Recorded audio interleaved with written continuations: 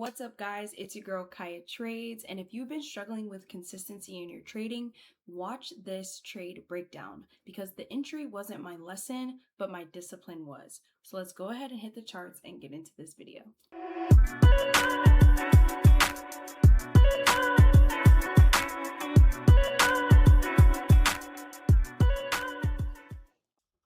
Alright guys, the first thing I want to show you guys is my consistency. Let's go ahead and take a look at my dashboard on TradeZella. This is where I keep track of all my trades for my live account. And as you guys can see, my dubs are mostly 100, 200, and we had one $300 in there and a little bit less than, but my dubs are pretty consistent, but look at my losses as well.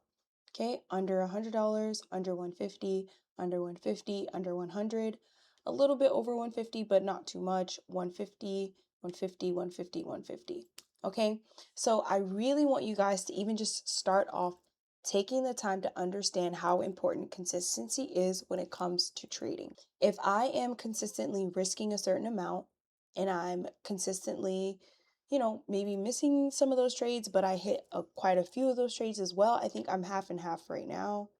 Yeah, but regardless, if I have a winning strategy and I'm consistently keeping my risk the same and I'm consistently taking my setup without hesitation, overall, my strategy works, which most strategies do, it's just us, then we will be profitable, okay? I've taken 1, 2, 3, 4, 5, 6, 7, 8, 9, 10 winning days, and 1, 2, 3, 4, 5, 6, 7, 8, 9, 10 losing days. But because my losses are smaller than my wins, I'm able to still end up profitable at the end of the month. And that should be your overall goal. If you're trying to hit a home run trade every single day, every single trade, your stop losses will probably get hit a little bit often than you actually taking your money out of the market. I'm not here for the long home run swing. No, I'm here for my piece of the pie, and then I'm out of the trade ready to enjoy my day. So we're going to go over the trade that I took today. I will show you guys what it looked like first. We were kind of bullish most of the day, from the beginning of the day, from like midnight. We've been kind of going higher and higher and higher, and market was able to allow me to get a piece of the pie. But we're going to actually go back and see how I was able to execute this. So first things first, as my community knows, I like to write out all-time highs just because I like writing it and I like to have it there. Next thing I want to mark out is important levels on the higher time frame. We're actually going to go on the 4-hour, and we're going to mark out some very important areas. The first one I see is kind of this area, and then we'll drop down and revert back a little bit. Select bar replay to about earlier this morning. Wonderful. Okay, and then I also marked out this level here where price had came to a stop. So price came down, pushed out, came down, kind of held. All of these taps held this zone. We have a hold right there of the tap. We had this zone holding. So this support zone is really just holding it down. Does that mean it will hold it down forever? Probably not, but as of right now, it's really strong. I can be confident in potentially taking a buy. We are getting closer to the top of this resistance level, so I want to be cautious, but I don't want to be afraid if my setup presents. So we're going to go ahead and write out the steps of my trading. In our 1 hour, it's looking overall bearish, but we could just be rebalancing and coming back in, having a little bit of bullish price action so far, of course, until we're at this level. So we're going to go ahead and drop down to the 1 hour, giving you guys my full top-down analysis, of course. And I'm going to delete these really quick so we can focus on price. Okay, and those are deleted perfectly. So now we're going to mark out our 9 a.m. entry. We only enter trades after the market opens, which is actually not even 9, it's 9:30. So I'm going to push all the way there. As we can see, before price As you can see, before market even opens, we are above that support, well, resistance kind of support area now. So we just want to see how market is playing, right? Currently, we're going up right now. So we could potentially keep going up or going down. The idea that I gave my community is we could either break down below again and come back down to try to come back to this support level, or we could continue breaking structure to the upside and pushing higher. So now that I've got that out of the way, I'm going to go ahead and write that my 1 hour is currently bullish. Okay. And then we're going to drop down to the 5 minute and see if the 5 minute is in alignment with the 1 hour. Okay, let's go ahead and drop down. Before we do that, let's go ahead. We see this zone up here that hasn't been tapped. So we're going to mark out this supply zone. Why did I mark out this supply zone and not the one next to it? Okay, this one had already been tapped into, but this is more of a fresh zone. And this is the highest point from the next push down to the lowest low. So we got a break of structure right here. Price broke. Boom. So I wrote at that 1 hour zone, just something to keep in mind if I do want to maybe change my bias for sells. We're going to drop on down to the 5 minute and get closer to that 9:30 open. Alrighty. Price has now come in contact with that resistance level. Let's see how it reacts to it. Okay, it's kind of playing around. And then the first thing I noticed when the market opened is, well, right before, we had this break of structure to the downside. Mind you, I'm currently looking for bullish price action. So I was waiting for price to come up and break some highs up here. Let's see if we get that when the market is open. And our next candle comes and price was doing all sorts of crazy stuff.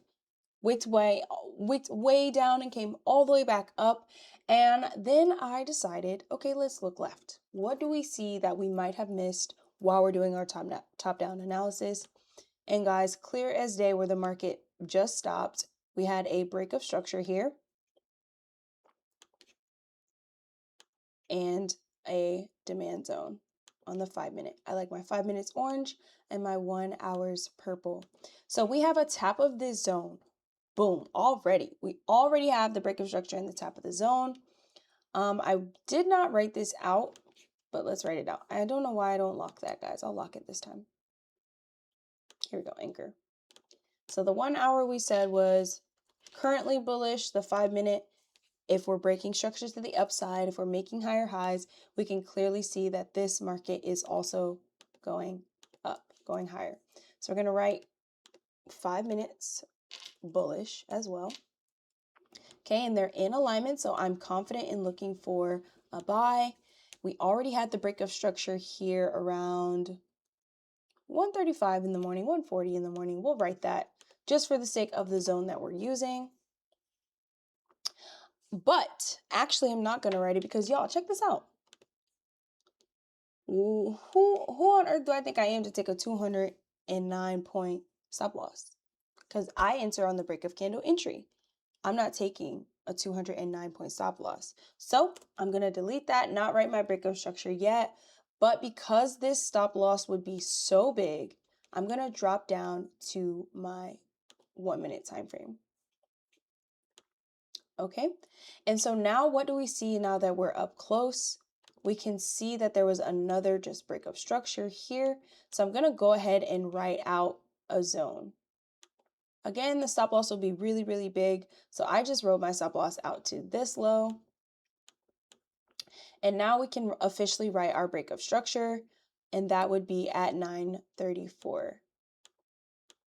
Okay. Did we break structure? Yes, at 9:34 a.m. So now what is the next thing that we have to do? We are waiting for price to come back to us and tap our zone. So if I'm live trading, I'll put a little notification here for price to create an alarm. Boom, create an alarm. It's not there right now because I'm on replay, but We're waiting for price to come back down and tap our zone. Until then, I'm resting, I'm breathing, I'm chilling, doing nothing further until we get that tap. So let's go ahead and press forwards until boom, we've got a tap. Okay, now that we've got a tap of our zone, we're going to write down at 9:36.